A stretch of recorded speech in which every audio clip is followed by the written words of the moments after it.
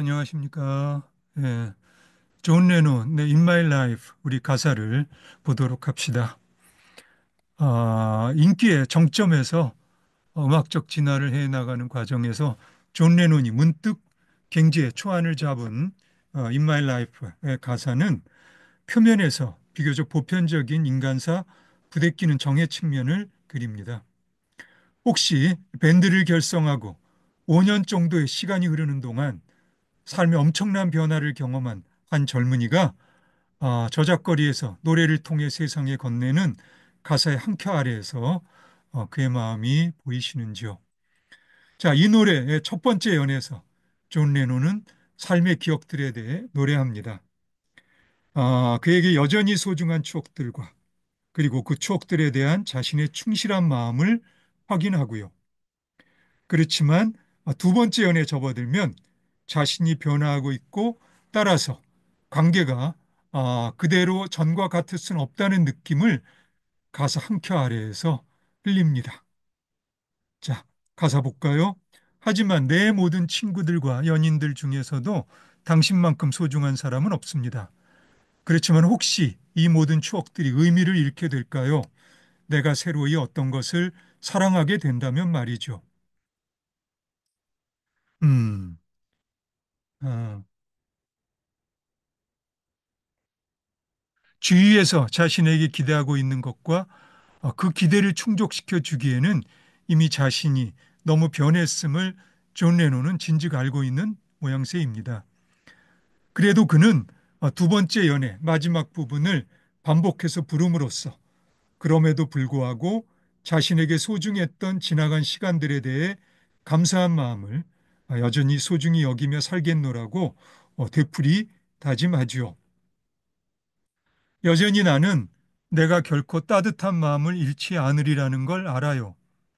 먼저 떠난 사람들과 사물들에 대해 내가 품고 있는 마음 말이죠. 시도 때도 없이 문득 멈춰서서 내가 그러한 추억들을 떠올리리라는 걸 나는 잘 알아요. 그래도 내 살아갈 삶에서 내가 더욱 사랑할 사람은 당신이랍니다. 내 살아갈 삶에서 내가 더욱 사랑할 사람은 당신이랍니다.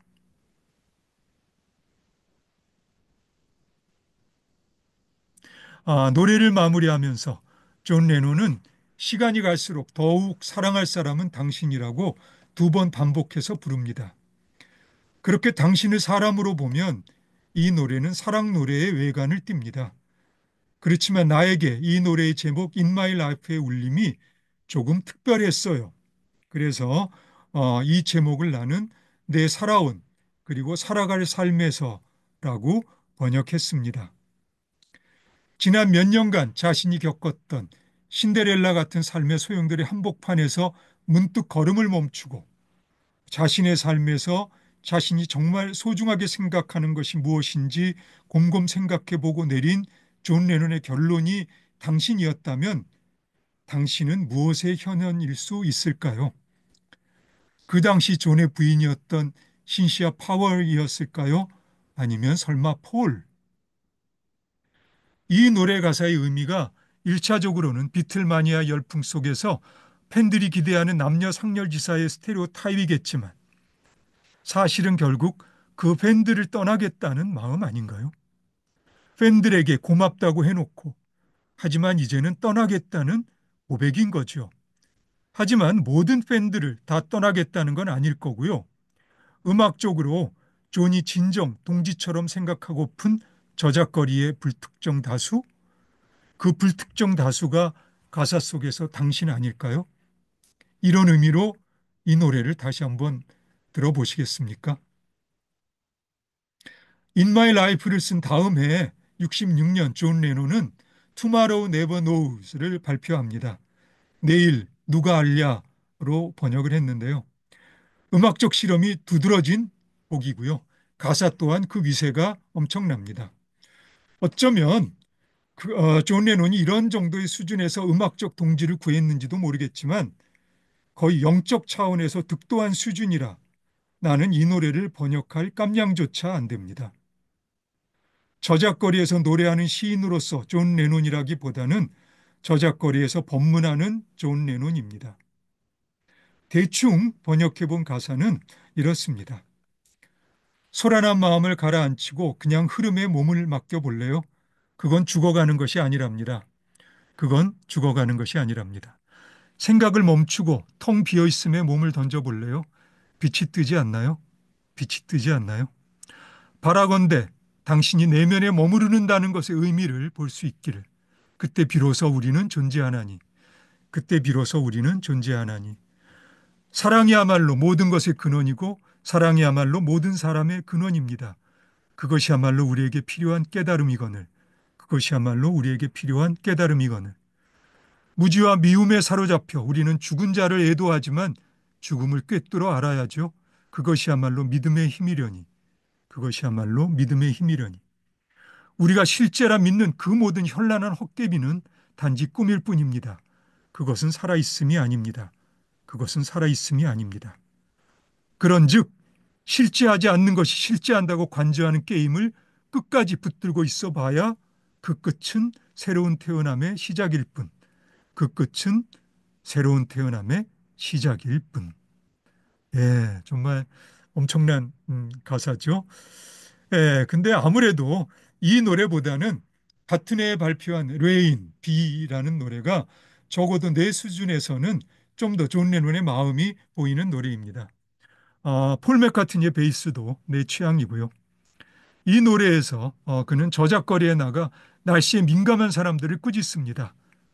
비가 오면 오는 대로, 햇살이 따가우면 따가운 대로 좀 그러고 살지 뭐 그렇게 난리냐는 겁니다. 그가 겨냥하는 게 당연히 비나 햇살의 문제만은 아니겠죠. 그래서 그는 좋고 싫고가 단지 마음의 문제라고 설파합니다. 이 노래를 들으면 그렇지 않아도 감정의 굴곡이 심한 젊은이가 자기 자신의 마음에 차분히 귀를 기울이고 그렇게 경험한 소식을 저작거리에서 노래를 부르며 세상에 말을 건네는 그림이 그려집니다. 적어도 나에게는 말이죠. 물론 저작거리에서 세상에 다가가는 시인의 모습이라기보다는 세상을 위에서 내려다보는 듯한 시인의 모습에 더 가깝긴 합니다만 노래 마무리에서 나오는 실험적인 백마스킹도 이런 맥락에서 볼 수 있을 겁니다. 역재생이라고 하죠. 어쨌든 이제 그는 이런 저작거리에 설레발치는 작태에 혀를 끌끌 차는 경지가 되었습니다. 그런데 나는 왠지 존 레논이 아직 이 노래를 통해 자신을 다잡으려는 듯 보입니다. 그래서 노래 속에서 그가 난 상관없다고 라며 노래할 때 실제로는 아직도 상관이 있는 것처럼 느껴집니다. 그는 세상의 이목으로부터 자유롭고 싶은데 아직 스스로 자유롭지 못함을 감추고 있지는 못합니다. 미루어 짐작컨대 LSD 같은 환각제도 근본적인 해결책이 되지는 못할 거예요. 저작거리에 노래하는 시인으로서 존 레논을 마무리하는 노래로 나는 1967년 존 레논이 작업한 스트로베리 필스 포레버를 선택합니다. 이 노래는 많은 사람들에 의해 비틀즈의 으뜸 가는 노래로 손꼽히곤 합니다. 존 레논 자신도 꽤 마음에 들어했던 노래로 보이고요. 노래는 이렇게 시작합니다. 따라가 보려는 마음이 난다면 당신도 함께 가보실래요? 난 지금 내가 어릴 때 놀던 스트로베리 필즈 고아원으로 갈 거거든요. 싫지 않은 곳은 아니에요. 목을 맬 것도 아니고요. 스트로베리 필즈는 언제나 내 마음 깊숙한 곳에 있어요. Let me take you down, cause I'm going to strawberry fields. Nothing is real, nothing to get hung about. Strawberry fields forever. 예. 스트로베리 필즈는 리버풀에서 존이 어린 시절 살았던 이모 집 근처에 있던 구세군에서 운영하던 고아원의 명칭입니다. In My Life와 레인에서 흘낏 보였던 존의 마음이 이 노래에서는 어떤 시인의 마음으로 나타날지 궁금하네요. 이 노래에서 드러나는 존의 상태는 좀 심각합니다. 주변과의 소통에도 힘들어하는 것 같고 LSD에 대한 의존도도 꽤 높아 보입니다. 삶에서 누군가가 된다는 게 점점 더 어렵기만 하군요. 그래도 결국 다 괜찮아지겠죠. 사실 나에겐 어째도 좋아요. 이 노래는 이렇게 노래하지만 별로 좋아 보이지는 않습니다. 내 생각에 1967년에 존 레논은 외로운 사람이었어요. 그래도 저작거리에서 기타를 들고 자신의 눈높이에 맞는 사람들을 찾아 말을 건네고 있습니다.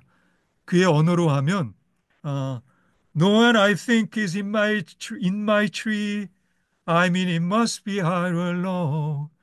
That is you can you know tuning but it's alright. 인데 번역하자면 동무가 없다는 생각이 들어요. 그러니까 사람들의 눈높이가 나보다 높거나 낮다는 말인데 알아요. 그건 누가 어쩔 수 있는 일이 아니지요. 쯤 됩니다. 그러고는 바로 그래도 괜찮아요. 그렇게 나쁜 일은 아니라 생각해요. 라고 덧붙이죠.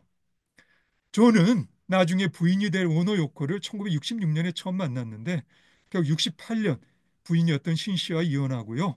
오노와는 69년에 결혼합니다. 비틀즈는 1970년에 해체되고요. 갑자기 너무나 유명해지고 백만장자까지 된 한 자의식이 강한 젊은 음악인이 거쳐왔던 정신적인 역정이 이렇게 노래 몇 곡으로 정리된다는 게 무리는 있겠지만 어쩌면 여러 권의 장편 소설이 필요할 1965년부터 1970년 사이에 존 레논이 겪었던 내면의 곡절이 돈과 명예에 함몰되지 않으려는 그러면서도 돈과 명예로부터 철저히 분리될 수 없었던 저작거리, 노래하는 싱어송라이터의 대표적인 노래 몇 곡을 통해 적어도 나에게는 언뜻 비춰집니다. 그리고 이제 스트로베리 필스 포레버의 전체 가사인데요. 여기 보면 차라리 눈을 감으면 사는 게 쉬워져요. 눈을 떠봐야 보는 게 다 오해일 텐데요. 뭐 삶에서 누군가가 된다는 게 점점 더 어렵기만 하군요. 그래도 결국 다 괜찮아지겠죠. 사실 나에겐 어째도 좋아요. 라는 가사입니다.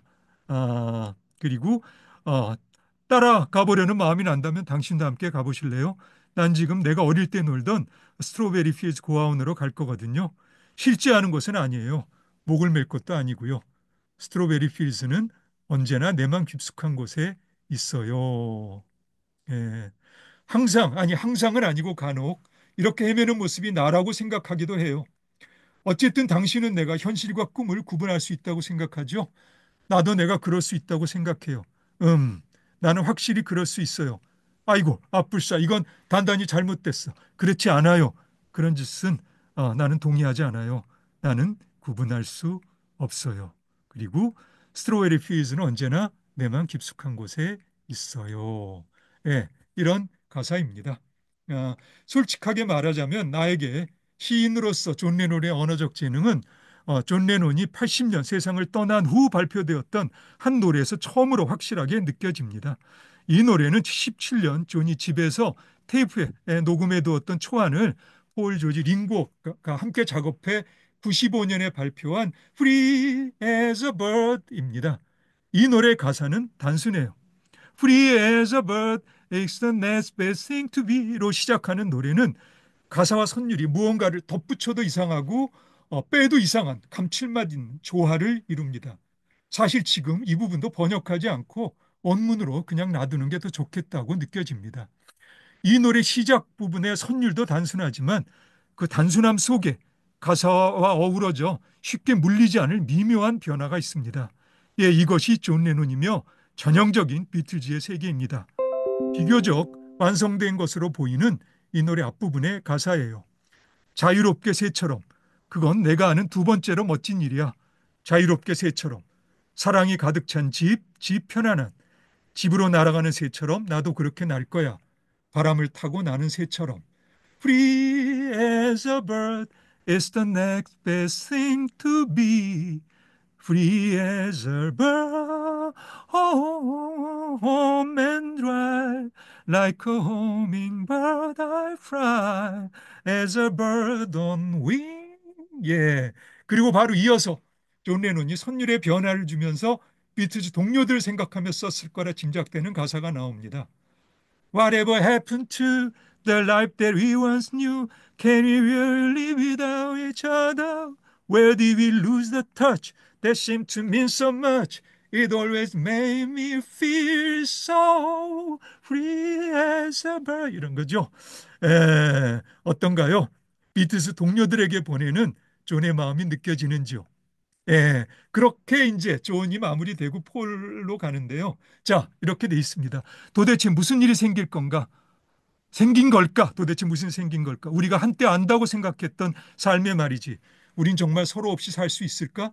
도대체 어디서 우리는 삶의 숨결을 놓친 걸까? 그렇게나 중요하다 생각했던 그걸 말이지. 생각할 때마다 내 마음이. 예, 이런 마음으로 우리 존 레논을 오늘 마무리합니다. 수고 많으셨습니다. 다음에 다시 봅시다.